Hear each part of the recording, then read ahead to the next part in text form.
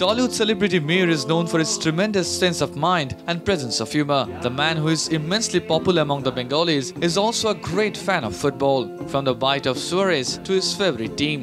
Mir revealed everything to Extra Time. World cup follow করছি, নিজেকে খাইয়ে দাইয়ে রাখছি, রাত পর্যন্ত জেগে থাকার রসদ যোগান দিচ্ছি।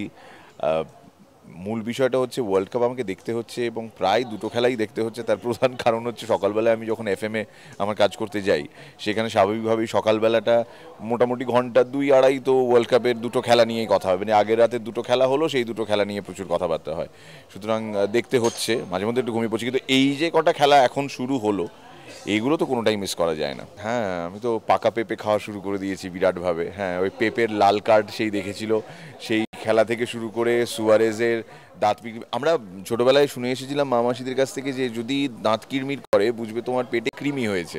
তো সুয়ারেজের যে পেটে কৃমির প্রবলেম, সেটা তো এখন গোটা বিশ্ববাসী জেনে গেছে। উনি যদি বাংলার কেউ হতেন তাহলে মোটামুটি তাকে লালন পালন করে আমরা আরামসে বলে দিতাম আপনার কৃমির ওষুধ কী, আপনার কী কী খাওয়া উচিত। এইভাবে যাকে তাকে কামড়ে দিতে নেই। অনেকে দেখে থাকবে বাচ্চাদের যখন দুধের দাঁত ওই বিষয়টা হয়, যখন ওই প্রথমে কামড়াতে ইচ্ছে করে, যে কারণে ওই টিদিং যে টিদারগুলো থাকে সেগুলো ওই রাবারের জিনিসগুলো তাদের মুখে দেওয়া হয় যাতে ভুল করে অন্য কিছু না কামড়ে দেয়। তো সুয়ারেজের মোটামুটি ওই রকমই হাল হয়েছে আর কি। জার্মানি, সেই হল্যান্ড, এই টিমগুলোকে নিয়ে প্রধানত উচ্ছ্বাস।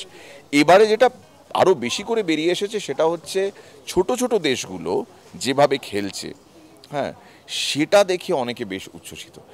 যেটা দেখে আমারও মনে একটা বাসনা জেগেছে যে ধরো দাঁত ফাঁত পড়ে গেল যেই সময়টা আর কি, এখন থেকে 50 বছর বাদে, সেই সময় কি ভারতবর্ষকে আমরা দেখব ফিফা র্যাঙ্কিং অনেকটা ওপরে, তারা কোয়ালিফাই করেছে, তারা বিশ্বকাপে খেলছে।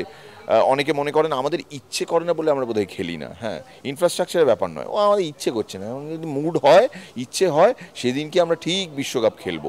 এখন আমাদের সময় আসেনি, এমন অনেকেই বলে থাকেন আর কি মজা করে। But to look at the serious side, ওখানকার মাঠগুলো দেখো, ওরকম একটাও মাঠ আমাদের এখানে নেই। মানে আমরা ইনফ্রাস্ট্রাকচারের দিক থেকে যাই বলি না কেন, বাস্তব ঘটনা এটাই যে ওই লেভেল পর্যন্ত পৌঁছতে আমাদের অনেকটা সময় লাগবে। ওই দেশে কি করাপশন নেই? ওই দেশে কি অভাব নেই? টাকা পয়সার সমস্যা নেই? নিশ্চয়ই আছে।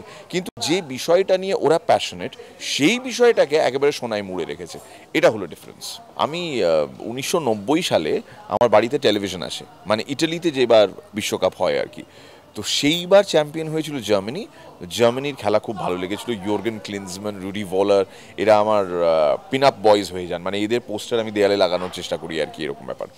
আর্জেন্টিনার ডিয়েগো মারাডোনার পোস্টারও লাগিয়েছি, কিন্তু পাশাপাশি জার্মানি প্লেয়ারদের প্রতি একটা আলাদা দুর্বলতা, যে কারণে যদি ব্রাজিল আর্জেন্টিনা সরিয়ে রেখে অন্য কোনো টিমকে সাপোর্ট করতে বলা হয়, তাহলে একদম সুপে জার্মান রুটি ডুবিয়ে জার্মানির জন্য গলা ফাটাতে তৈরি।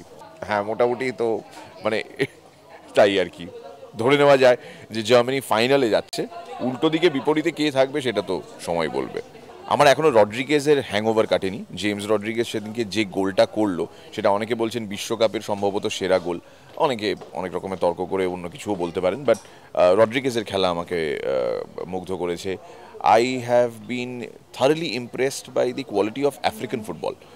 ধরো নাইজেরিয়া, ঘানা, এরকম দেশগুলো যে ধরনের ফুটবল আমাদের সামনে নিবেদন করেছে, খুব ভালো লেগেছে। ব্যক্তির থেকে দেশ অনেক বড় হয়ে উঠেছে বেশ কিছু খেলাগুলোতে, সেটা দেখে ভীষণ ভীষণ ভালো লেগেছে। অ্যান্ড এছাড়া নেমারের থেকে আমার অ্যাকচুয়ালি কিন্তু মেসিকে লেগেছে বেটার। এটার কারণ হচ্ছে পুরো গোলমালটাই তো ওই গোল ঘিরে।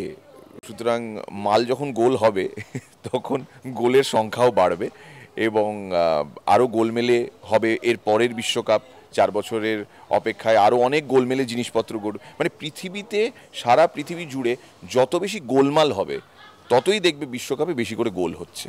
এটার সঙ্গে কমপ্লিটলি জড়িত আমাদের পলিটিক্যাল, সোশ্যাল, এডুকেশনাল, কালচারাল সমস্ত ফিল্ডস। না না, ব্রাজিলের আশপাশে যারা রয়েছেন তাদের দেশে প্রচুর গোলমাল। ব্রাজিল একটা দেশ, বিশ্বের আরও কটা দেশ, সেই দেশগুলোতে যে গোলমাল চলছে সেটার জন্যই হচ্ছে আর কি। আমার এটা দৃঢ় ধারণা।